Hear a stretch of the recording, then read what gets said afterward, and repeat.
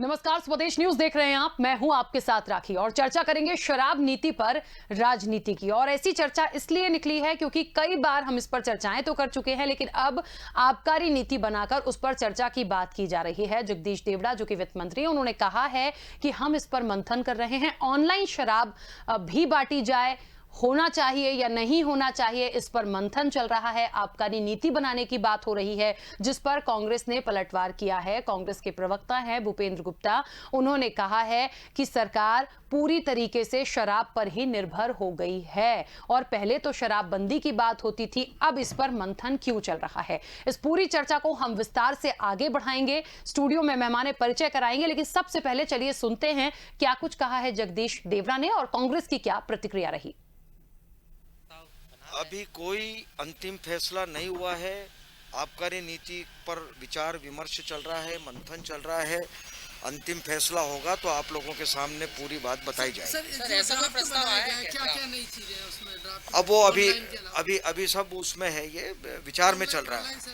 विचार में चल रहा है, सभी तरह के विचार रहते हैं और मुझे लगता है कि जो बेहतर हो सकता है वो किया जाएगा। अब अभी अंतिम फैसला नहीं है, मैं इसलिए कह रहा हूँ कि नई आबकारी नीति में पूरी तरह से मंथन चल रहा है, विचार चल रहा है। लेकिन मध्य प्रदेश की सरकार में विरोधाभास, झूठ और भ्रम फैलाने की कैसी राजनीति चल रही है, ये घर घर दारू पहुंचाने का जो काम है, ये इस बात का प्रमाण है। आज से 10 दिन पहले मुख्यमंत्री जी कह रहे थे कि एक भी नई दुकान नहीं खोली जाएगी। गृह मंत्री जी कह रहे थे कि साहब जो है गांव-गांव में दुकानें खोल दो। उमा भारती कह रही थी कि पूरी तरह से जो है शराब बंदी कर दीजिए और मुख्यमंत्री कह रहे थे कि एक भी शराब की दुकान नहीं खोली जाएगी।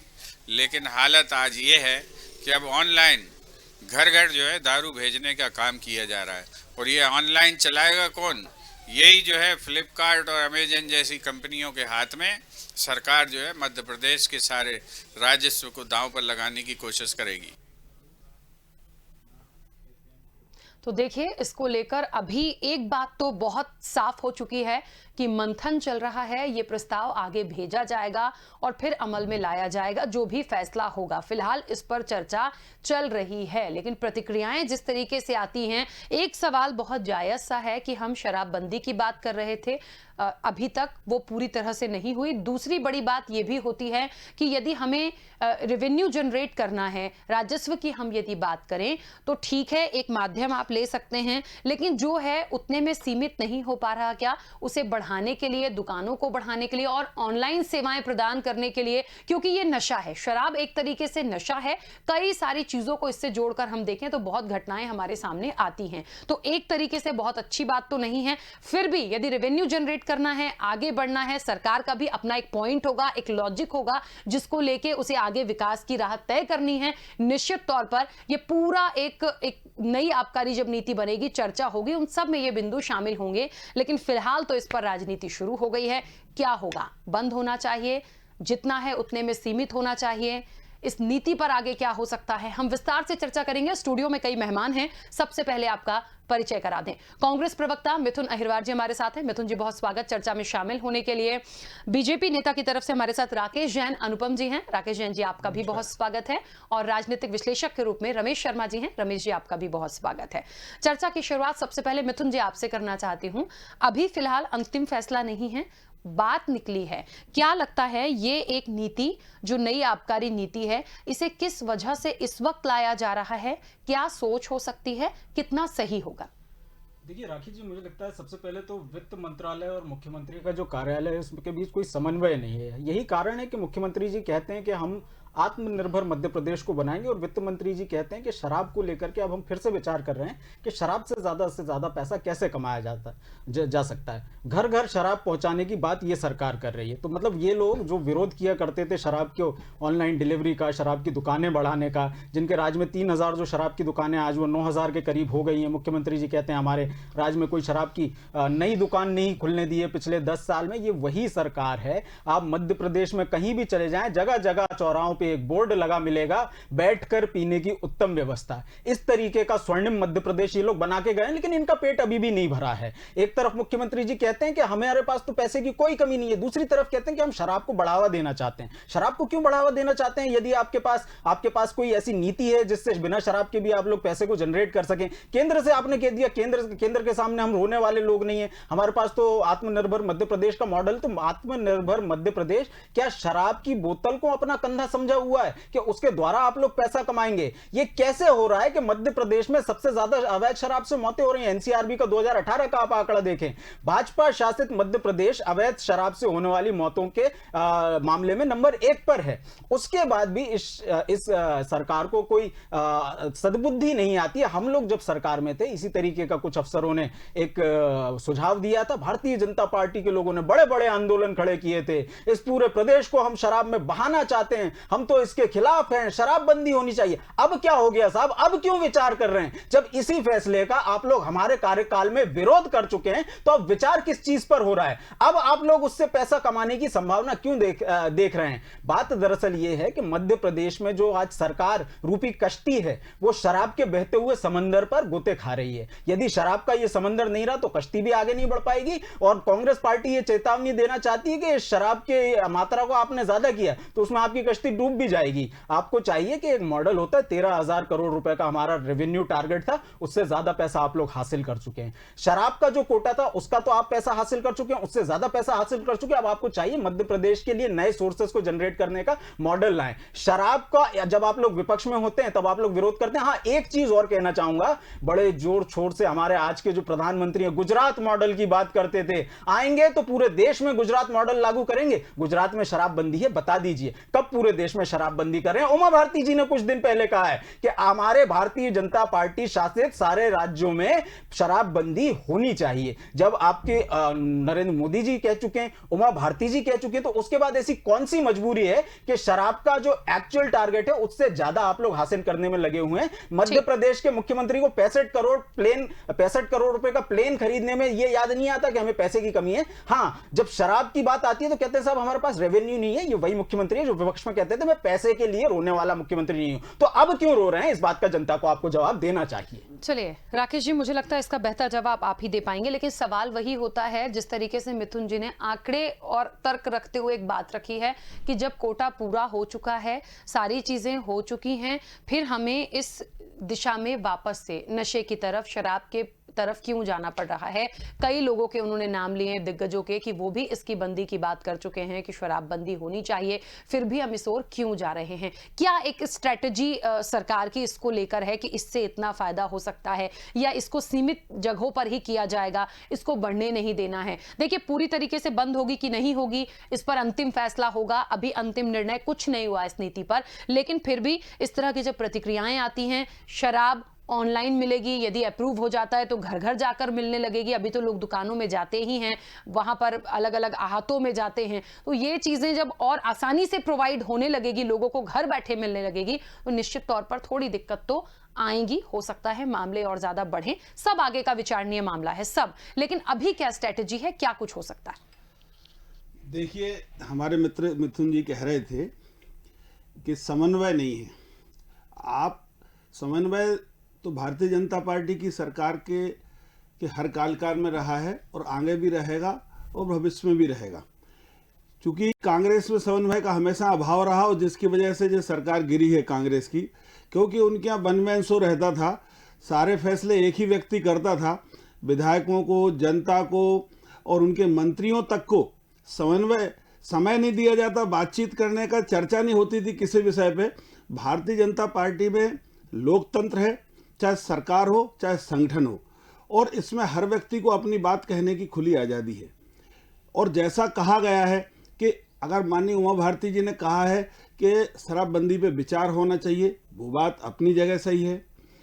शिवराज जी ने कहा है कि हमारे माननीय मुख्यमंत्री जी ने कि इसमें नई दुकानें नहीं खुलेंगी, तो वो बात भी सही है।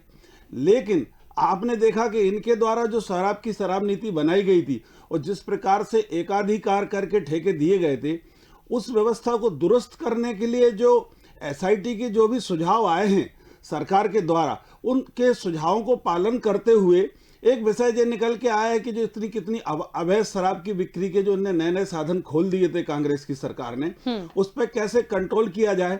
और जो रेवेन्यू इनके जो सृजित लोग थे, जो कांग्रेस के सृजित लोग थे, उनके जेबों में जा रहा था, उनके द्वारा जो अवैध माफिया, शराब माफिया जो खड़े कर दिए गए थे, उनको कैसे कंट्रोल किया जाए। और कैसे, अब चूंकि जब तक शराबबंदी नहीं हो जाती तो उपलब्ध कराना सरकार की, प्रशासन की जवाबदारी होती है। शराबबंदी जब हो जाएगी तब उसके लिए अलग व्यवस्था होगी, अलग नीति होगी। अभी तो जब शराब बिक रही है, शराब को बंदी नहीं किया गया है, तो उसके लिए उचित प्रबंधन करना और सारी व्यवस्थाएं सुनिश्चित करना सरकार की जवाबदारी होती है। और जब शराब बिकेगी तो निश्चित रूप से जो रेवेन्यू आता है वो तो विकास कार्यों में आगे आता ही है। और जिस प्रकार से कोरोना काल के बाद आपने देखा कि फंडिंग की क्या स्थिति है, व्यवसाय की क्या स्थिति है, तो जो भी सरकार के रेवेन्यू के साधन हैं, चाहे शराब हो, चाहे पेट्रोल हो, चाहे डीजल हो, चाहे और अन्य प्रकार के टैक्स हो, चाहे जीएसटी हो, अभी वर्तमान समय में हमें विकास की रफ्तार लगातार बनाए रखने के लिए, मध्य प्रदेश को आत्मनिर्भर बनाए के रखने के लिए और प्रदेश की सारी 7 करोड़ जनता की सुख सुविधाओं की चिंता करने के लिए आवश्यक है कि हमारे पास जो साधन है, आय के जितने स्रोत हैं, उनको यथास्थान चलाए रखा जाए। ठीक है, इसलिए राकेश जी एक बात थोड़ी सी स्पष्ट नहीं हो पा रही है, वो मैं स्पष्ट करना और आपके माध्यम से ही चाहती हूँ हो जाए। पहली जो शराब नीति थी, आबकारी नीति थी, उसको दुरुस्त करने के लिए जो कांग्रेस के शासनकाल में रही, उसको दुरुस्त करने के लिए एसआईटी ने सुझाव दिए, आपने इस चीज को बोला।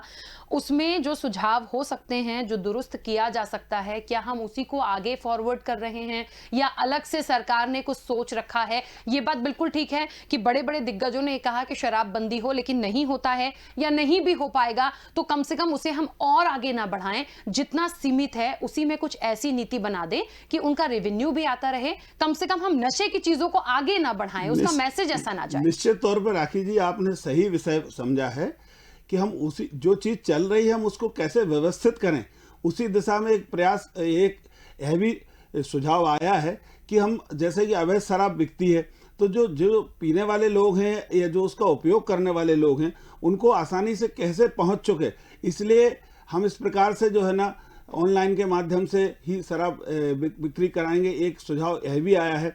साथ में जो ठेके अभी पता चला कि पूरे जिले के, पूरे संभाग के एक एक व्यक्तियों को हो गए थे, उससे भी हमारा रेवेन्यू भी घट रहा था और अवैध शराब की बिक्री में बढ़ोतरी हो रही थी और सरकार को दोनों तरफ से नुकसान हो रहा था। जनहानि भी और लॉ एंड ऑर्डर दोनों समस्याएं निर्मित हो रही थी। उसको कंट्रोल करने के लिए अब 2-2, 3-3 शराबों के से अधिक, 2 या 3 दुकानों से अधिक का कोई क्लस्टर इकट्ठा नहीं बनेगा और इसको जितना अधिकतम लोगों में किस प्रकार से उसका रजिस्ट्रेशन कराया जाए। और सरकार को जो वर्तमान में दुकानें कोई नहीं बढ़ेंगी, इस बारे में माननीय मुख्यमंत्री जी ने स्पष्ट बिल्कुल कर दिया है, बिल्कुल स्पष्ट नीति है, कोई दुकानें नहीं बढ़ाई जाएंगी।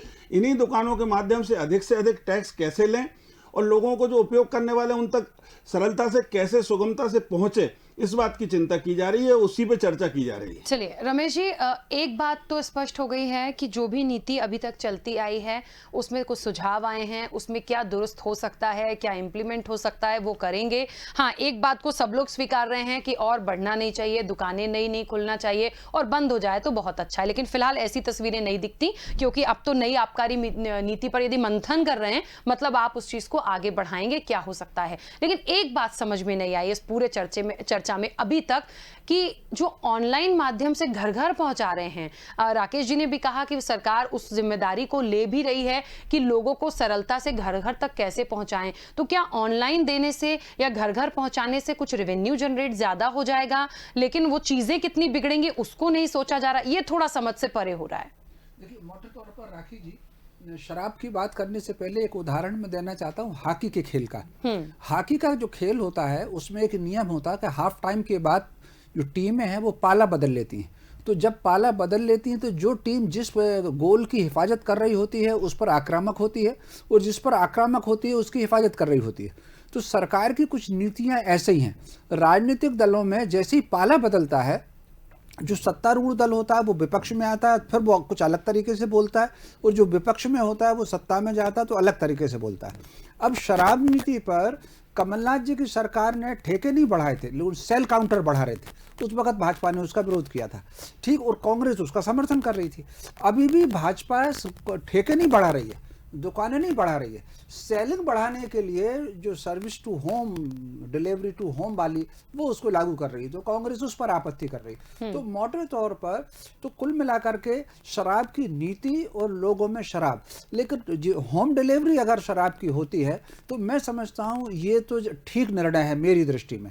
उसका कारण ये है कि अब अगर या तो फिर शराब बंदी हो, मैं बहुत प्रसन्न होऊंगा शराब बंदी है, लेकिन अब शराब की दुकानें मार्केटों में होती हैं। जिस वजह जहाँ मैं रहता हूँ मेन मार्केट में शराब की दुकान है। अब शाम को 5 बजे से जो वहाँ भीड़ लगना शुरू होती है, कारों का जमघट लगता है और आसपास दुकानें खुल गई हैं, वहाँ पर लोग बैठ करके पीते हैं, महिला वहाँ से निकल नहीं सकती है, कोई शरीफ आदमी निकल नहीं सकता, कोई सीनियर सिटीजन निकल नहीं सकता। वो लंबी लंबी कारों में लोग आसपास कम से कम 1 फरलांग तक लोग मेन रोड पर कारें खड़ी करके उसमें दारू पीते हैं। तो मोटे तौर पर ये जो कार वाले खरीदते हैं, ये चूंकि होम डिलीवरी होगी तो उसका एक्स्ट्रा चार्ज भी लगेगा। तो गरीब आदमी जो पीता है वो उसको होम डिलीवरी नहीं मंगाएगा। जो होम डिलीवरी की आदत है तो चली जाएगी, तो कम से कम बाजार में ये जो भीड़ है बाजार में, ये कम से कम हो जाएगी। केवल इस दृष्टि से मैं ये कह रहा हूँ कि मैं शराब पीने वाले को सुविधा हो उससे मुझे लेना देना नहीं है, लेकिन अगर होम डिलीवरी होगी तो बाजार से में जो भीड़ लगती है, आप भोपाल का कोई सा भी बाजार देख लीजिए, आप 10 नंबर का देख लीजिए, 5 नंबर का देख लीजिए, शराब की दुकान। अब आजकल एक जमाना हुआ करता था कि शराब की दुकानें और शराब के ठेके मेन बाजार में नहीं होते थे, स्कूल के पास नहीं होते थे, मंदिरों के पास, धर्म स्थलों के पास नहीं होते थे। लेकिन अब वो कागज पर तो ये नियम अभी भी हैं, लेकिन मेन बाजार में अब दुकानें हैं। किसी भी मेन बाजार को आप उठाकर देख लीजिए, वहाँ आपको शराब की दुकान मिलेगी और भीड़ मिलेगी। तो उससे अच्छा है अगर होम डिलीवरी होने लगे तो ये भीड़ तो कम से कम हो जाएगी। बिल्कुल ठीक है। यानी देखिए, 2 बात बहुत स्पष्ट है रमेश जी की भी, या तो शराब बंदी कर दीजिए, शराब बंदी नहीं कर सकते हैं तो फिर ऑनलाइन को वो इसलिए एग्री कर रहे हैं कि कम से कम घर बैठे बुलाइए, वहीं आप सेवन करिए। जो माहौल बाहर का खराब होता है, जिस तरीके से होता है, अभी भी हम लोग भी ये तस्वीरें देखते हैं, वो नहीं होगा। मिथुन जी, नई नीति में क्या होगा ये तो आने वाला चर्चा का विषय है, क्योंकि अभी तो मंथन ही चल रहा है, उस पर अंतिम मुहर लगेगी तब वो आगे आएगी। लेकिन ऑनलाइन घर घर तक ये जो भेजने की बात हो रही है, एक नजरिए से देखा जाए कि वाकई में क्या ये जो माहौल बिगड़ा या बिगड़ता है उस पर लगाम लगेगी, उसको एग्री कर सकते हैं? देखिए, रमेश जी ने स्वयं कहा कि अगर ऑनलाइन मॉडल लागू होता है तो उसकी एक डिलीवरी फी होती है, तो अमीर आदमी तो वहां लेने जाएगा नहीं। और आज भी जो बैठ के पीता है, जो सड़क पे बैठ के पीता है, वो अमीर आदमी नहीं पीता। उसके पास तो एसी गाड़ी भी है, उसके पास घर भी है, उसके पास फार्म हाउस भी होता है, वो तो ड्राइवर को भेज के मंगा लेता है। तो इससे ये व्यवस्था कैसे खत्म हो जाएगी? या तो फिर सरकार को चाहिए कि ये जो अहाते होते हैं, ये अहातों को बंद कर दिया जाए, शराब की सारी दुकानें ही बंद कर दी जाएं। फिर शराब जो है, जो हमारे जो पुलिसकर्मी हैं, जैसे इस सरकार ने महिला पुलिसकर्मियों को बैठा करके शराब जो है उसको बिकवाया था, वो घर घर जा करके बांट देंगी। विषय वो नहीं है राखी जी। विषय ये है कि हमारे साथी ने एक बात शुरू की थी कि समन्वय की हमारे यहाँ कोई कमी नहीं। मतलब ये समन्वय होने के बाद ये फैसला की बात हो रही है। मतलब मुख्यमंत्री जी और वित्त मंत्री जी के बीच समन्वय है और उन्होंने आपसी सहमति से इस मामले को लेकर के हामी भरी है कि शराब को इस तरीके से हम लोग आगे बढ़ाना चाहते हैं। अंतिम मोहर नहीं लगी। नहीं, अंतिम मोहर नहीं लगी। मैंने कहा ना राखी जी, हमारे जी ने कहा है हम चर्चा कर रहे हैं, होगा फैसला, हो सकता है ना भी हो। राखी जी, चर्चा होनी थी शराब बंदी पे, चर्चा कर रहे हैं कैसे कि शराब के व्यवसाय को हम घर घर तक पहुंचाएं। फर्क इस बात को लेकर के पड़ता है। इनके ही बड़े बड़े नेताओं ने कहा कि शराब बंदी हो जानी चाहिए, उस पर क्यों नहीं चर्चा हो रही है? उस पर तो उन्होंने नहीं कहा। उन्होंने कहा शराब को घर घर कैसे पहुंचाएं, इस पर हम लोग चर्चा कर रहे हैं। आपत्ति इस बात को लेकर के है। आपने स्वयं ने वादा किया था, अभी रमेश जी ने इस बात को लेकर के कहा कि आपके पाले बदल जाते हैं। तो हमने कब शराबबंदी की बात की थी साहब? हमने तो कभी नहीं कहा। हमने कहा कि जो रेवेन्यू होता है उतना होना चाहिए और उसके बाद जब अल्टरनेट मॉडल आता है रेवेन्यू का तब हो जाना चाहिए। यही लोग कहते थे ना, विपक्ष में थे शराबबंदी होनी चाहिए और जब केंद्र की सरकार में नहीं थे गुजरात मॉडल लागू करेंगे। गुजरात में कब से शराबबंदी है साहब? तो ये जो आपकी हिपोक्रेसी है, ये जो सामने आती। एक बात और हमारे साथी ने कही, अवैध शराब। अब ये कौन सा लॉजिक हुआ साहब? अवैध शराब अगर कहीं बिक रही है तो आपका गृह मंत्रालय क्या कर रहा है? गृह मंत्री को चाहिए कि अवैध शराब के कारोबार पर रोक लगाएं। क्या आप मान चुके हैं कि हमारे गृह मंत्री बिल्कुल नाकाबिल हैं? वो अवैध शराब के मामलों में क्योंकि रोक नहीं लगा सकते, इसलिए अब हम घर घर शराब पहुंचा देंगे। ये कौन सा मॉडल हुआ? गृह मंत्री जी कर क्या रहे हैं? अगर अवैध शराब रोकने के लिए आप शराब को घर घर पहुंचाने का मॉडल ला रहे हैं तो मतलब ये सबसे बड़ा फेलियर तो हमारे गृह मंत्रालय का। मध्य प्रदेश की कानून व्यवस्था बिल्कुल ध्वस्त हो गई है। एक तरफ जहां आप माफियाओं को जमीन दोस्त करने की बात कर रहे थे, हम गड़ा देंगे, ये अवैध शराब के माफिया को आप गड़ा दीजिए ना साहब। अवैध शराब के माफिया से डर करके घर घर शराब पहुंचाने का मॉडल, ये कौन सा मॉडल आप लोग लागू कर रहे हैं? एक बात मैं बोलूंगी, लेकिन जो भी इस तरह की खबरें आई, जो भी मामले आए, भूमाफियाओं के हों चाहे शराब माफियाओं के हों, चाहे अवैध शराब में जब कई जहरीली शराब से लोग मरे थे, स्टैंड लिया सरकार ने।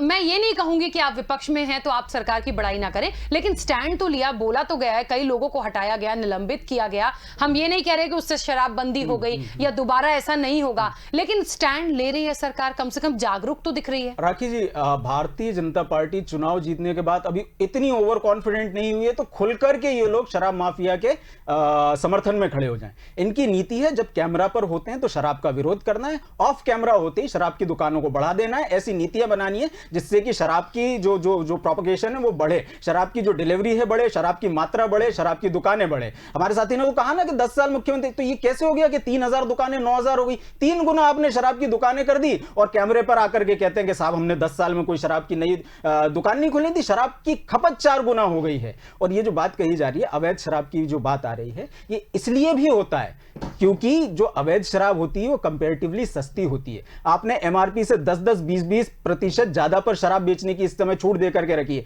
गरीब आदमी के पास तो कोरोना काल में पैसा नहीं रहा, जिसको आदत लगी है वो तो पिएगा जब तक का उसका कोई इलाज जैसा नहीं आ जाता, उसको कोई वैक्सीन नहीं आ जाता। जिस व्यक्ति को आदत लगी है, जिसका शरीर काम करना बंद कर देता है, जिसके पास पैसा नहीं है, वो महंगी शराब तो खरीद नहीं सकता जो कि आप बेच रहे हैं। तो मजबूरी में बेचारा अवैध शराब, और अगर ये आपको चाहिए तो अवैध शराब पर आप रोक लगा देते। बात ये सब है नहीं राखी जी, बात ये है कि हम तो कार्रवाई कर रहे हैं। ऐसा कैसे हुआ कि इनके मंडल अध्यक्ष घर अवैध शराब का जखीरा पकड़ा गया वहां मुरैना में, उसके ऊपर तो कोई कार्रवाई नहीं की, उसके ऊपर कोई एफआईआर नहीं की और कहते हैं साहब हमने बड़ी कार्रवाई कर दी। ये जो हिपोक्रेसी है, कहना कुछ करना कुछ और पीछे के रास्ते से कुछ, इस तरीके की नीति का हम लोग विरोध कर रहे हैं। और ऐसे विरोध मुझे लगता है भारतीय जनता पार्टी के जागरूक लोग भी कर रहे हैं, लेकिन उनको भी ये लोग नहीं सुन रहे हैं। कह रहे हैं हम उस पर मंथन नहीं करेंगे, हम तो मंथन करेंगे कैसे शराब को बढ़ाया जाए, शराबबंदी पर मंथन नहीं करेंगे ये लोग। ठीक है राकेश जी, 2 बातें हैं। देखिए, जो स्पष्ट जितना कांग्रेस की तरफ से भी निकल कर आ रहा है, चर्चा में बात सिर्फ इतनी हो रही है कि जो भी चीजें हैं, यदि आपका माइंड सेट है कि हमें रेवेन्यू बढ़ाने के लिए करना है या सरकार को उससे फायदा होगा और यदि फायदा होता है तो आगे भी बढ़ेंगे।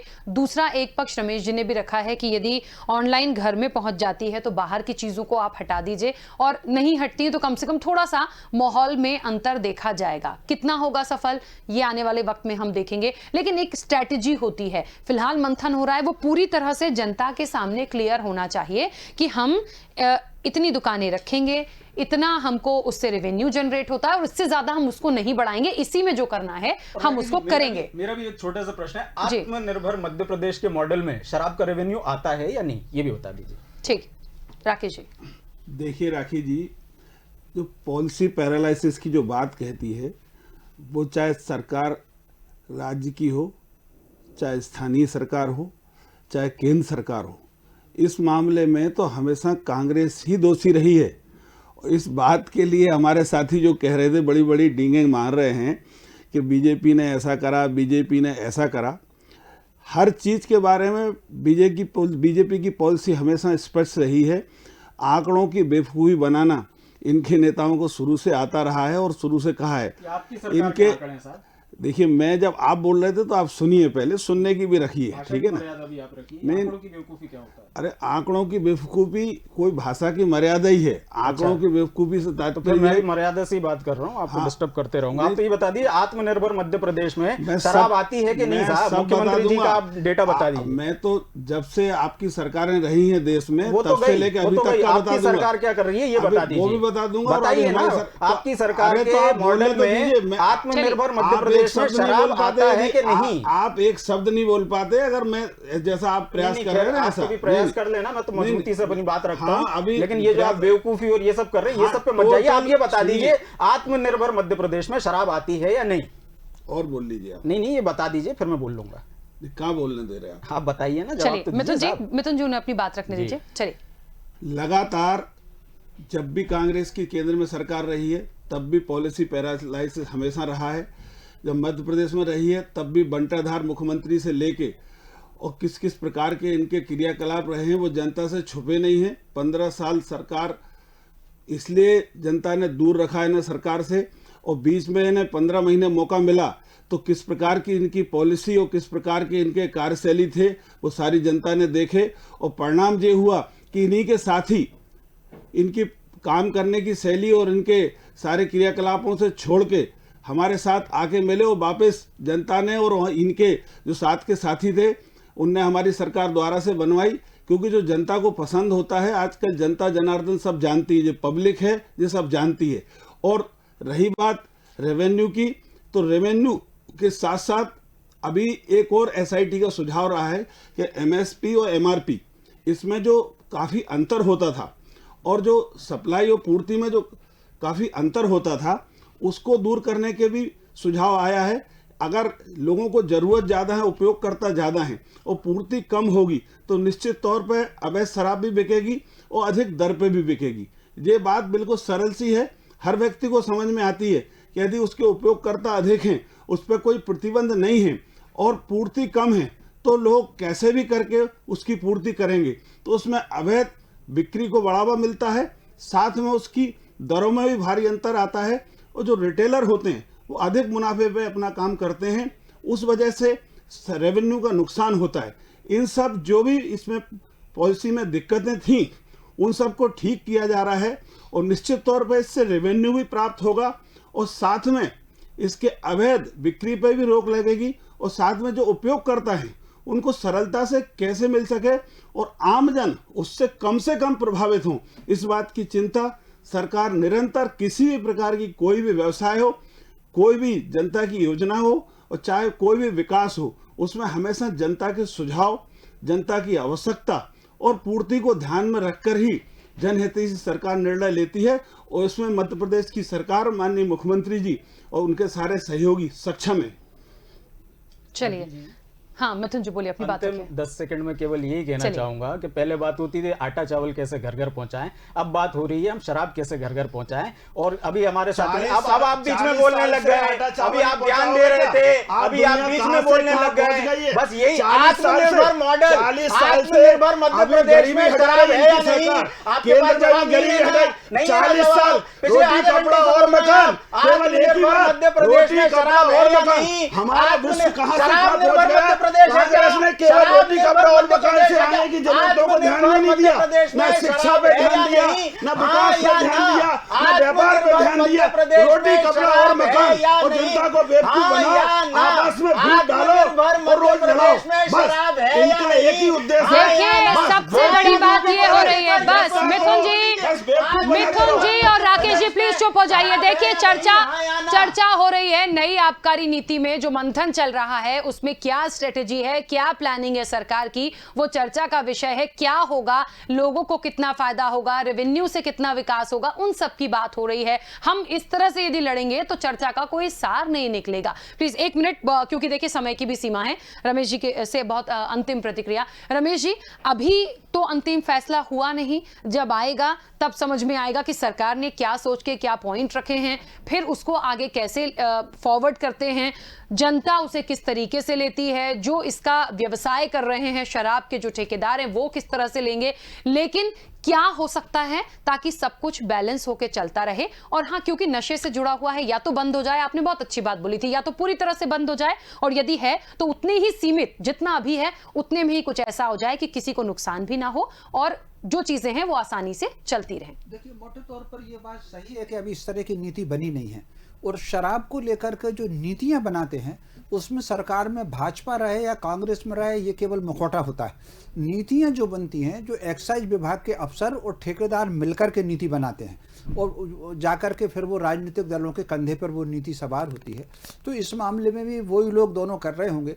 इस नीति में अगर परिवर्तन आएगा तब भी एक्स्ट्रा, जिसको कहना चाहिए वीटो पावर, मुख्यमंत्री की या रेवेन्यू में एक्साइज मिनिस्टर की लगेगी तो ही इसमें रुकेगी, वरना ये हो जाएगी। लेकिन फिर मैं अपनी इस बात को राखी जी दोहराना चाहता हूँ, शराबबंदी हो जाए, हम गांधी का देश है, गांधी जी ने नशाबंदी की बात कही थी, शराबबंदी हो, इससे अच्छी कोई बात हो नहीं सकती। और अगर हो रही है तो शराब अगर चालू है और सरकार की मजबूरी है रेवेन्यू के लिए, तो ये जो सार्वजनिक तौर पर लोग पीते हैं सड़कों पर खड़े होकर के हाथों में, कि ये जो है सारा का सारा, इसको कम से कम रोक लगे, चुपचाप लोग घर में पिए और सो जाएं, तो कम से कम ये होम डिलीवरी उस मामले में ठीक है।